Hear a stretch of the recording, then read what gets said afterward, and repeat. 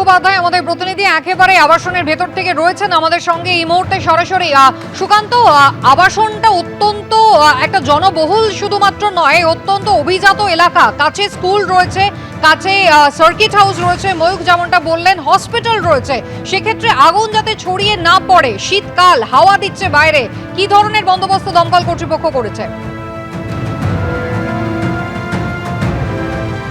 একেবারে যখন দমকলের কাছে খবর যায় যে একটি 5 তলা বিল্ডিং এর একেবারে টেরেসের দিকে আগুন লেগেছে, স্বাভাবিকভাবে কিন্তু প্রাথমিক চ্যালেঞ্জ যেটা ছিল যে যেহেতু শীতকাল, ফলত হাওয়ার একটা বড় প্রবণতা থাকে আগুন ছড়ানোর ক্ষেত্রে, এবং যেহেতু টেরেসের অঞ্চল তাই প্রথম দিকেই যত সংখ্যক সম্ভব তারা কিন্তু দমকল যে ইঞ্জিন তারা সেখানে পাঠিয়ে দেন, এবং দমকলের তরফে মাত্র আধ ঘন্টার একেবারে কল পাওয়ার সঙ্গে সঙ্গে তারা এখানে চলে আসেন এবং 30 মিনিটের ভেতরে তারা কিন্তু আগুন নিয়ন্ত্রণে আনেন। এবং এই যে 9 নম্বর হাঙ্গারফোর্ড স্ট্রিট সেখানে আগুন লাগে। আমরা একবার দমকল আধিকারিকের সাথে কথা বলে নেবো। কি অবস্থা, আপনারা তো দেখলেন কি সে আগুন লেগেছে? এখন আগুন নিভে গেছে পুরোপুরি। ওখানে একটা কনস্ট্রাকশন ছিল, রেসিডেন্স হিসেবে ইউজ হতো, সেটা অ্যাসবেস্টার রুফিং ছিল। তো যদি ওখানে যেভাবেই হোক আগুন লাগে, তো আমরা অ্যাটেম্প নিয়ে এখন আগুন পুরো নেমে গেছে। উপরে যে স্টোর মানে যেখানে ঘরে আগুন লেগেছে ওখানে কি ধরনের জিনিস মজুদ ছিল? এটা হাউস হোল্ড আর্টিকেলস ছিল, রেসিডেন্স হিসেবে ব্যবহার হতো হতো বা না, সেরকম কোনো কিছু। দেখতে পাচ্ছি এখানে ফায়ার এক্সটিংগুইশার রয়েছে, আপনি চেক করেছেন মানে এগুলো ভ্যালিড কিনা? দেখুন, আমার এখন প্রায়োরিটি হচ্ছে ফায়ার ফাইটিং। আগে ফায়ার ফাইটিং করে তারপর সব চেক হবে।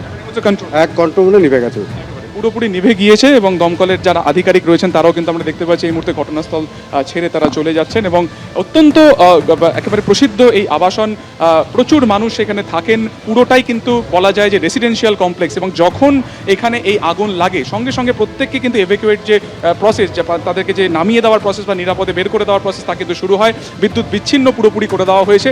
যে একেবারে 4th ফ্লোরে আমরা রয়েছি, যেখান থেকে দমকল আধিকারিকেরা বেরিয়ে আসছেন, এখানেরই হিটার বা গিজার কোনো একটা অংশ থেকে আগুন সেখান থেকে প্রথম উৎসস্থল, সেখান থেকে কিন্তু আগুন ভেতরের রাস্তা থেকে ওপরের যে ফ্লোর রয়েছে বা ঘর রয়েছে সেখানে পৌঁছে যায়। এবং স্বাভাবিকভাবে সেখানে যখন আগুন লাগে, ধোঁয়া একেবারে ফ্ল্যাটের এই অংশ থেকে পুরো প্রত্যেকটা ফ্লোরে ছড়িয়ে পড়ে। এবং এই যে স্লাইডিং যে ডোর রয়েছে সেগুলোকে খুলে দেওয়া হয় যাতে কোনোভাবে আবদ্ধ কোনো পরিস্থিতি বা দমবন্ধকর কোনো পরিস্থিতি সৃষ্টি না হয়। অত্যন্ত গুরুত্বপূর্ণ, ভৌগোলিক দিক থেকে গুরুত্বপূর্ণ, কারণ পাশেই স্কুল রয়েছে, হসপিটাল রয়েছে, নিজাম প্যালেস অর্থাৎ সেন্ট্রাল গভর্নমেন্টের একাধিক অফিস রয়েছে। স্বাভাবিকভাবে দমকল অত্যন্ত তৎপরতার সাথে কাজ করেছে। যারা এখানকার বাসিন্দা প্রত্যেকেই আপাতত নিরাপদে সরিয়ে নিয়ে যাওয়া হয়েছে। কি কারণে আগুন, দমকল আধিকারিকেরা বললেন আপাতত তাদের প্রায়োরিটি হচ্ছে আগুন নেভানো, পরবর্তীকালে তারা সোর্স পয়েন্ট খোঁজার তারা তদন্ত করবেন। তবে স্বাভাবিকভাবে এই মুহূর্তে অন্যান্য যে পোর্শন রয়েছে, ছাদের পোর্শন, সেখান থেকে তারা ইতিমধ্যে আগুন নিয়ন্ত্রণে এনে ফেলেছে। গুরুত্বপূর্ণ যে রাস্তা তা আপাতত বন্ধ, কিছুক্ষণের মধ্যে তা কিন্তু খুলে দেওয়া হবে।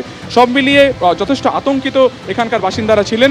তবে এই মুহূর্তে আগুন সম্পূর্ণ নিয়ন্ত্রণে। কতটা কি ক্ষয়ক্ষতি হয়েছে পরে যারা আবাসিক রয়েছেন তারা ভেতরে যাওয়ার পর কিন্তু সেটা বোঝা সম্ভব হবে। তবে আপাতত কেউ আটকে নেই এই অভিজাত আবাসনে, এমনটাই কিন্তু দমকল সূত্রে আমরা জানতে পারছি। একেবারে